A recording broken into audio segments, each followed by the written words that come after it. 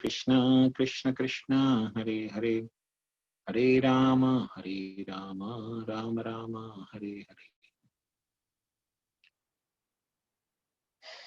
Hare Krishna. So today we shall continuing from first canto of Srimad Bhagavatam, second chapter, text number 28 and 29. Lord Sri Krishna or Vasudeva is all in all. So text 28 and 29 says,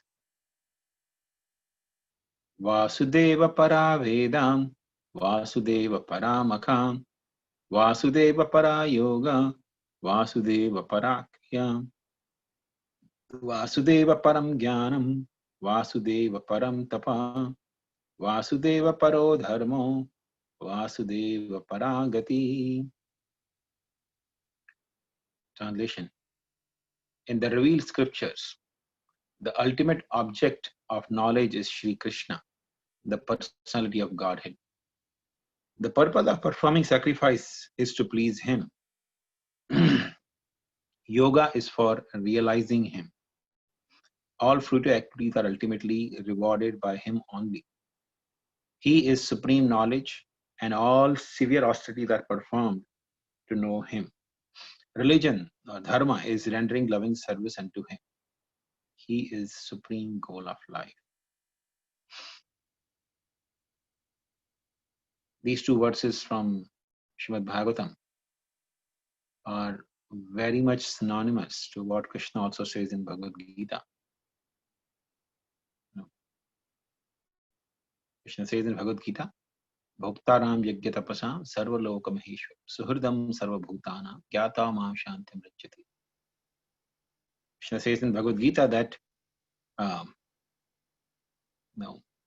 he is actually the bhokta, he is a supreme enjoyer. That is what we also see here. Paramaka, maka means sacrifices. So generally a person performs sacrifice for pleasure of somebody else. Sacrifice in simple words means something that is dear to me, something that I like, I give it up for somebody else's sake. To attain some better happiness or to offer some better happiness to my loved ones, I sacrifice. So the real purpose of sacrifice is actually Krishna. And Vedic literature, they declare very boldly that the sum and substance of all the scriptures is actually the Supreme Personality of Godhead, Shri Krishna. So the very purpose of all the Vedic scriptures is to establish one's relationship with Vasudeva, to revive our lost relationship, the relationship that we have forgotten, and we are trying to build up relationships in this world. So the purpose of this human form of life is to revive that relationship. And Krishna also says in Bhagavad Gita, Vedesha sarvair aham eva vedyo. The purpose of the Vedas is to understand Him. Vedesha sarvar aham eva vedyo. Krishna says, the purpose of Vedas is to know me only. Vedas are not studied for any other purpose.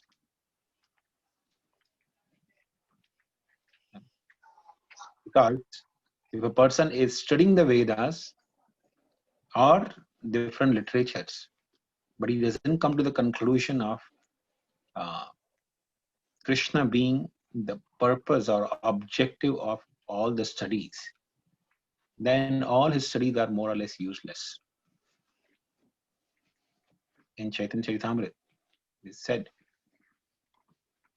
Chaitanya rahita jai shushta kashta sama jivite moi dandayama.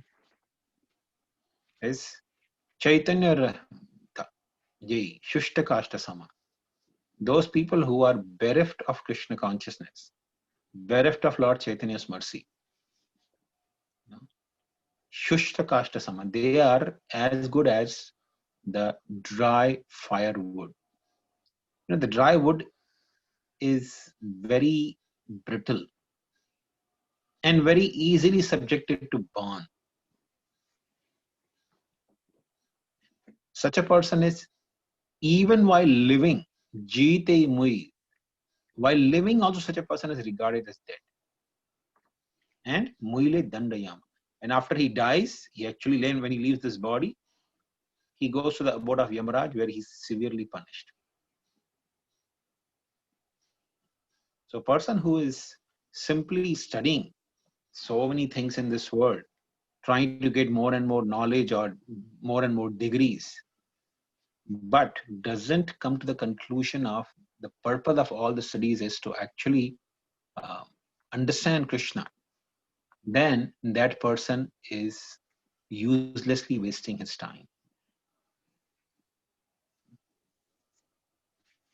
All the revealed scriptures are prepared by the Supreme Lord himself in the form of Vyasdev.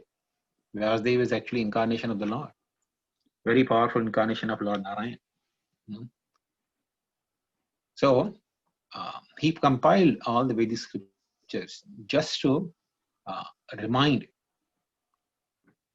the fallen souls the relationship of them with the Supreme Lord. So this is actually very important lesson. If a person simply studies the scriptures, all the scriptures are compiled by Vyasdev. So Vyasdev naturally knows why he has compiled all these scriptures. So, and Vyasdev is making very clear in these two verses here in Srimad Bhagavatam. He has also made very clear in Bhagavad Gita what is the purpose of scriptures. But people who are bereft of, real wisdom, even when they read such verses from Gita or Bhagavatam or any other Vedic scriptures for that matter, they try to give some bad interpretation to it.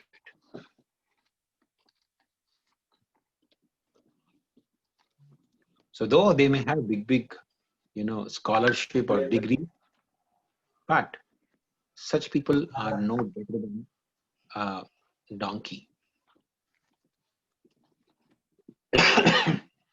Just like a donkey may carry a lot of burden on his head.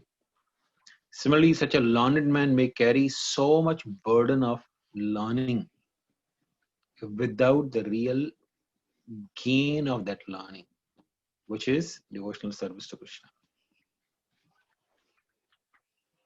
So all the, scriptures, they are mainly driven to teach us that the ultimate purpose of all the Vedic study is to understand Krishna and to perform devotional service to Krishna.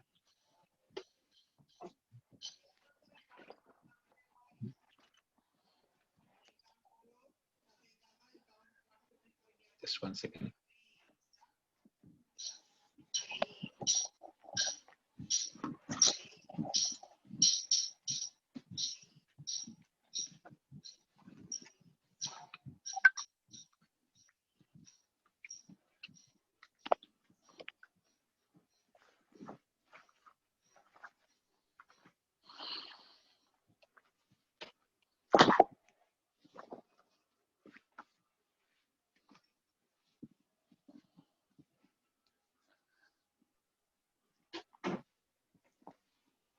Sorry.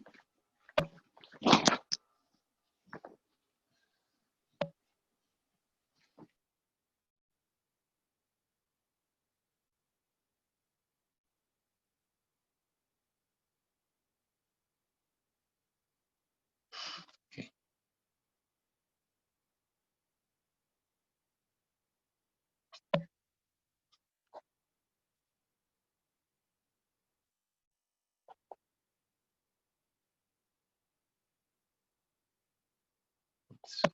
It's going on this.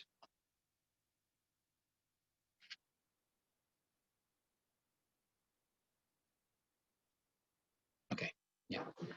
So that's the purpose of all the Vedic studies, or for that matter, any studies. All the studies are meant for bringing a person to the conclusion of performing devotional service to Krishna. This is what is being indicated by the word Vasudeva Paraveda. Then Vasudeva Paramukha. Makha means sacrifices. So all sacrifices are meant for realizing the truth, which is nothing but Supreme Lord Vasudeva. Prabhuji, sorry to interrupt. Are you sharing the screen, Prabhuji? Oh, you're not able to see the screen? No, even your video is frozen, Prabhuji. Okay. Just a moment then.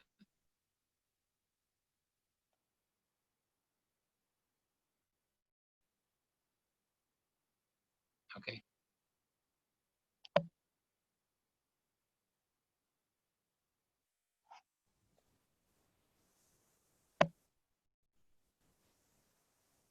Is that okay now?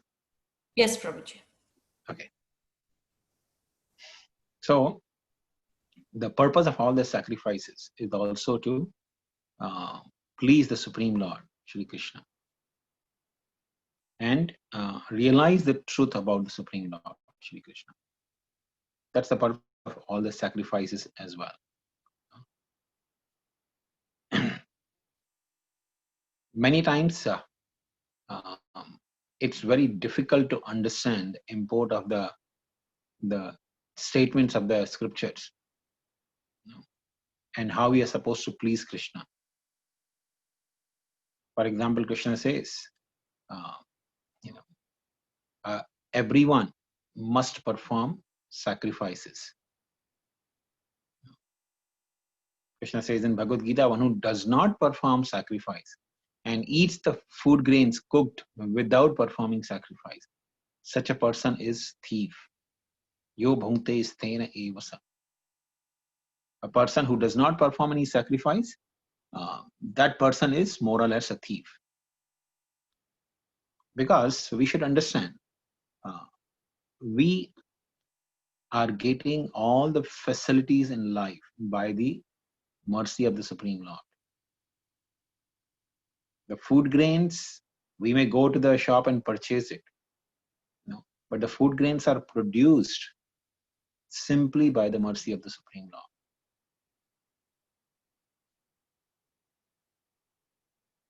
Because the sunlight is there, the moonlight is there, the ample of water supply is there. That's how we are able to produce food grains or fruits and vegetables, everything that we are able to produce that sustains the life of every living entity in this world. Even those who are meat eaters, who might be eating meat or flesh of different animals, even those animals are fed some vegetation, and that's how they grow. So more or less everyone is dependent on the arrangements made by Krishna. We are very much dependent on the nature. So food grains don't come unless there is sacrifice. Krishna explains the whole cycle, how the life continues in this world. Yagyad bhavati parjanyo yagya karma samudbhava. Krishna says it's because of the yagyas that rain comes, and because of the rains the food grains are produced. Annad bhavanti bhutani parajanyad anna sambhava. Yagyad bhavati parjanyo yagya karma samudbhava. Krishna says all living entities subsist on the food grains, but food grains are produced by the rains, and rains come by sacrifices. So the purpose of sacrifices is actually to please Krishna.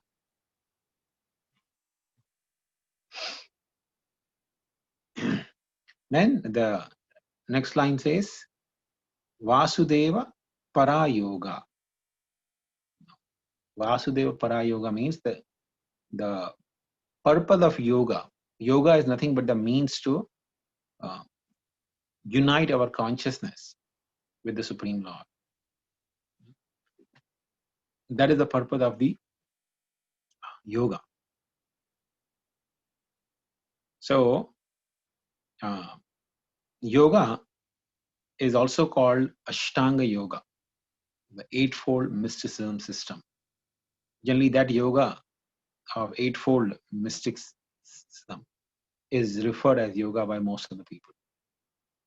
But unfortunately, in modern times, people even don't know what really yoga is. They think one of the limbs of the yoga called asanas, and pranayama, they think that is yoga. These are just two limbs of the yoga.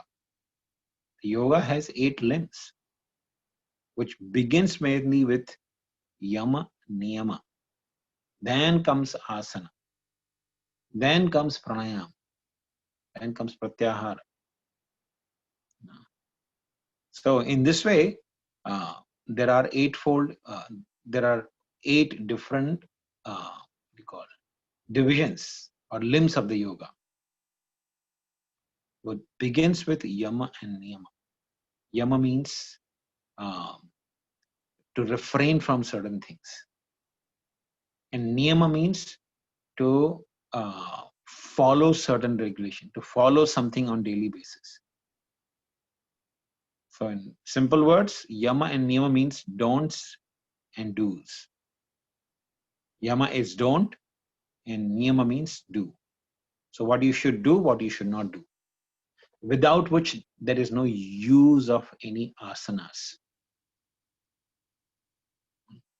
Asanas may be very helpful for physical well-being, which is not the purpose of yoga. And then the purpose of this eightfold yoga system is actually to attain samadhi. Samadhi is considered the last stage of yoga. And a person who has attained samadhi is the person who is able to visualize or see Krishna as Paramatma within his own heart. So that's what the purpose of yoga is. Vasudeva.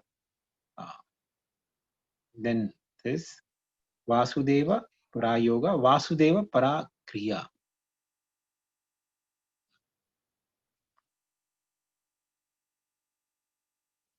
But actually, before you even go to kriya, Prabhupada mentions here, Paramatma realization is partial realization. So a person who may engage in this eightfold yoga system, he can only reach up to Paramatma realization. There are 3 kinds of realization which a person practicing spirituality may attain. Brahmeti, Paramatmeti, Bhagavaniti Shabdyate. There are 3 different realizations: Brahman realization, Paramatma realization, and Bhagavan realization. So through this eightfold yoga system, one can only reach up to Paramatma realization. One cannot attain beyond Paramatma realization. But there is also one pitfall on this path of yoga. The pitfall is a yogi, by the dint of his practices, naturally becomes very powerful. Powerful means materially powerful. He acquires a lot of material siddhis, which are called anima, lagima, prapti, vashita. There are different kinds of siddhis one can attain. Say, for example, vashita. Vashita is a siddhi by which a person can control others' mind. So, yogi, when he attains such a siddhi, he can misuse that siddhi for controlling the people's mind. That's what Sabari Muni ended up in doing. Sabari Muni actually, wanted to get married. So he went to, but he was coming from the river after long tapasya. He was looking very ugly. So when he went to the king, King Mandata, and he asked him that, please give me one of your daughter for marriage. Mandata had, 60 or 50 or 60 daughters, I believe. 50 daughters he had. So Mandata refused. He said, well, my daughters are Kshatriyas, Shatranis. They will choose their own husband. So if they choose you, I don't mind. And Sabari Muni, understanding that king was trying to avoid him, he actually used his mystic powers. So much so that all the 50 girls were desperately eager to marry him.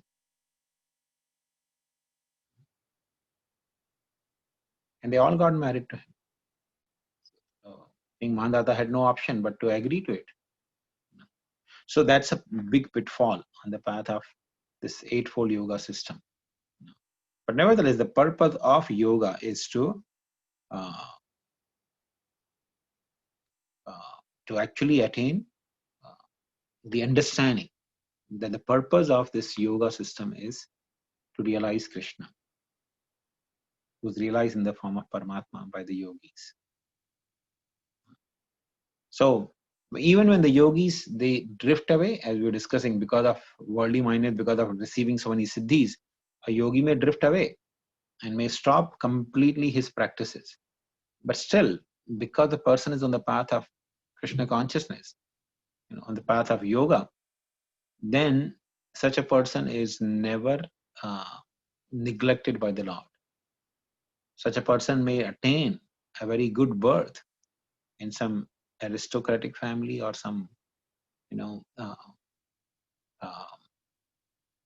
Brahmana family. Shuchinam Shrimatam Ge Yoga Brashto Vijayati. So a person may attain a very good birth where he may get an opportunity to again continue practicing what he was practicing in previous life.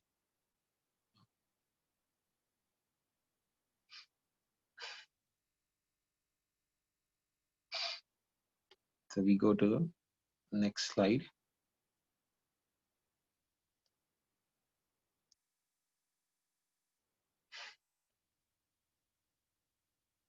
The culture of knowledge leading one to transcendental plane of meeting Vasudeva is real knowledge. So the purpose of real knowledge is to understand the Supreme Lord, Shri Krishna. So Vasudeva Param Jnanam. Jnana means knowledge or wisdom. One acquires the knowledge or wisdom, and the purpose of that wisdom is to realize Krishna. Prabhupada explains that physical knowledge in its various branches is condemned in Bhagavad Gita as a jnana. Unfortunately, these two words, actually three words, ajnana, jnana, and vijnana, are very much misunderstood by people, especially modern civilization. People think that they are very intelligent, but they don't even basically understand what is jnana, what is ajnana, and what is vijnana. People, when they go to university or college or school, they think I'm acquiring jnana. I'm actually becoming jnanavan. But that's not jnana. Getting the education in technology or getting education in medicines, that is not really jnana.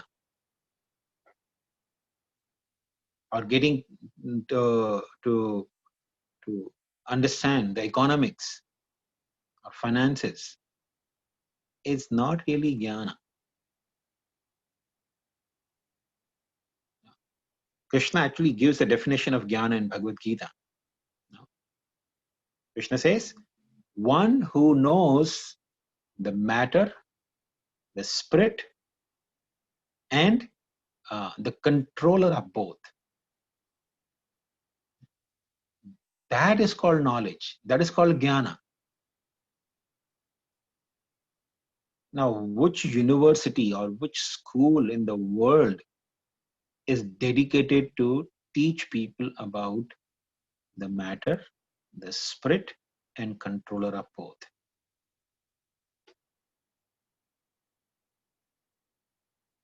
No one. Practically, there is no such education. There's a lot of education about matter. In fact, there are PhDs, double, triple PhDs on the subject matter of matter, atoms, molecules, electrons, proton, neutron. There's so much useless, nonsensical study on the matter. And it's not that it's only in the modern time people have all this knowledge. There have been sages in the past who had not only whatever knowledge the modern science has, they had much, much more deeper and sophisticated knowledge of atoms and molecules. If you read the Kanada philosophy, Gautama has given the philosophy of yoga, and Kanada has given the philosophy of atheism, or more or less studying the matter, molecules. That knowledge is so sophisticated. Even all the inventions and all the knowledge combined by all the modern scientists in last 2 centuries will not be able to stand compared to what Kanad has given. But still, it is all useless. Kanada, the great sage, he is not really revered or worshipped by the uh, Vaishnavas. Though his depth of knowledge is amazing on the molecules and on the matter, or which is called in Sanskrit is called kana. So he knows a lot about kanas, what we call as atoms, and his knowledge is much more perfect. But Bhagavad Gita and the Vedic scripture, they declare this all to be ajnana. Why it's ajnana? Because there is no knowledge about the spirit. There's no knowledge about the controller. So, yes, I may have a car. I may have a beautiful and most sophisticated car. But that car is useless until there's a driver in the car. Until there's the touch of the spirit soul. The whole existence of car is useless, because car cannot move on its own. Similarly, this body that we have is nothing but like a car. So a person who simply studies this car, or the different spare parts of the car, or the things which are required to do servicing to the car, that person is uselessly wasting his time. Because until there is a driver in the car is useless.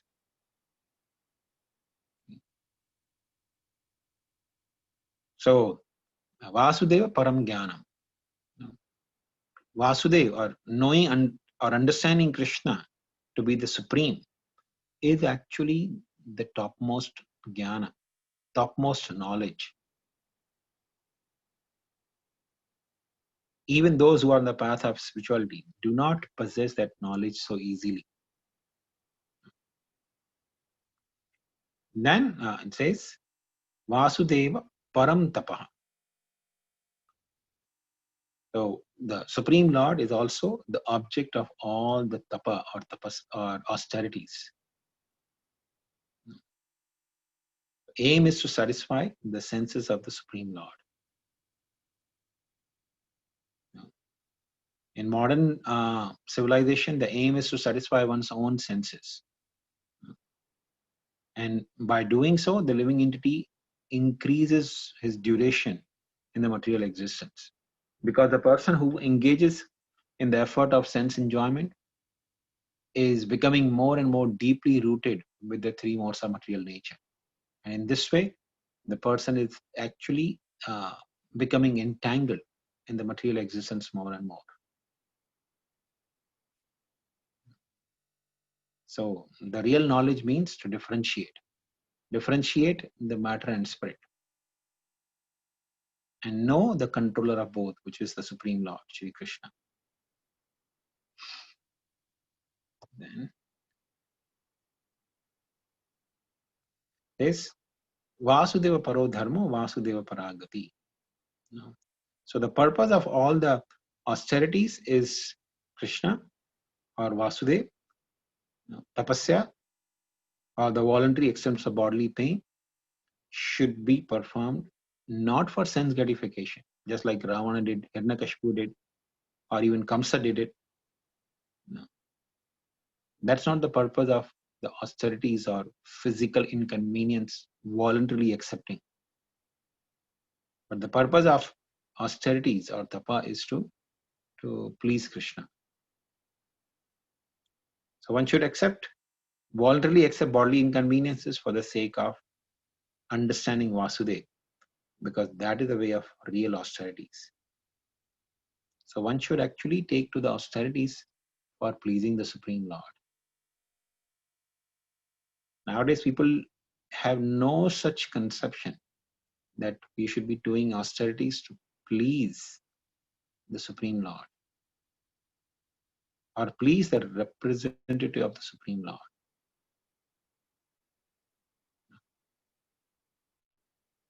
So, the purpose of all the austerities is to satisfy Krishna.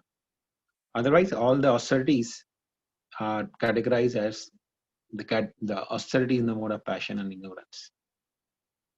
There's a beautiful, proverb says, Aradhito yadi hari tapasa tatah kim, naradhito yadi hari tapasa tatah kim, antar bahir yadi hari tapasa tatah kim, na antar bahir yadi hari tapasa tatah kim.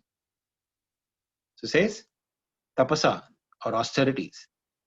Then aradhito yadi hari, if you are worshipping Hari, tapasa tatah kim, then what is the use of austerities? Because the purpose of austerity is to bring you to the point where you start worshipping Krishna. But if you are already worshipping Krishna, then tapasa tatah kim. What is the use of tapasya? That means tapasya is not really important. If you are already engaged in Krishna's service, then you don't need tapasya. And na aradhito yadi hari tapasa tatah kim. But if you are not engaged in the austerities or the tapasya of worshipping Krishna, na aradhito yadi hari, if you are not engaged in worshipping Krishna, then tapasa tatah kim. What is the use of tapasya? Because the purpose of tapasya is to make you worship Krishna. And if you are not doing it, what is the use of your tapasya? So, if a person is worshipping Krishna, there's no use of tapasya. Person is not worshipping Krishna, there's no use of tapasya. Then it says, Antar bahir yadi hari tapasa tatah kim. If within and without you are able to see Hari, that means in your own heart you are able to see Lord Hari, you are able to see Lord Hari in everyone else's heart. So, Antar bahir yadi Hari. If you are able to see Hari within and without, tapasa tatah kim. Why you should perform tapasya then? Because the purpose of tapasya is to come to the point where one can see Krishna face to face. And then further says, na antar bahir yadi Hari, tapasa tatah kim. But if you are not able to see Hari within and without, then what is the use of your tapasya? In one way, there's no use of tapasya other than understanding Krishna.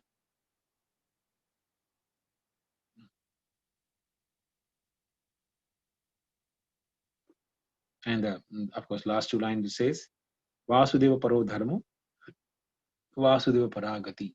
So Vasudeva Paro Dharmo means, there are so many dharmas in this world people follow. Hindu dharma, Muslim dharma, Christian dharma. People are so mad after, their so-called dharma. In fact, people in this world fight, kill each other in the name of dharma. And dharma means, people generally say Hindu dharma or Muslim dharma or Christian dharma. So in the name of these dharmas, people fight with each other. But that's not the purpose of dharma. Dharma's purpose is not to establish your own superiority or superiority of your dharma. The purpose of dharma is also not to simply increase the number of people in your dharma through conversion. But the real purpose of dharma is to basically serve Krishna. As Prabhupada explained, when one time Prabhupada was giving lecture in 22nd Avenue in New York City. So the whole room was filled with hippies. And Prabhupada is giving definition of dharma. That time, one person who was completely intoxicated, drunk, he couldn't even keep his eyes open and couldn't even walk properly. No. He was holding 2 paper rolls of toilet paper. He came, Prabhupada was giving lecture. He went inside the toilet, placed the 2 paper towels, and came out, did not sit in the lecture, walked away. Prabhupada said, just see, this person is so much in the mode of ignorance, completely oblivious, doesn't know what is day, what is night, doesn't know where he is, what he's doing. Yet, even in such a completely, lost state, a person who's in that state, is completely lost. He can't understand any philosophy and all. But say he doesn't understand anything. He's practically lost. But you see, still, he came with the 2 paper towel, rolls, placed them in the restroom, and walked away. Even in such a state, a person is not able to give up service. This tendency to do service or perform service to others is actually our real dharma. So this is the purpose of dharma.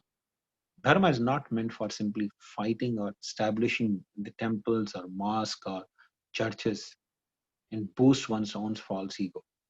The purpose of dharma is Vasudev. He is our supreme dharma. The service to Vasudev is our real dharma. Service to the devotees of Vasudev is our real dharma. That's our dharma. Dharayati iti dharma. We cannot live without serving either ourselves or others. At any point of time, we must do some service. So, the real dharma is to serve Krishna. Vasudeva paro dharma. Vasudeva paragati. Vasudeva is also the supreme destination or the supreme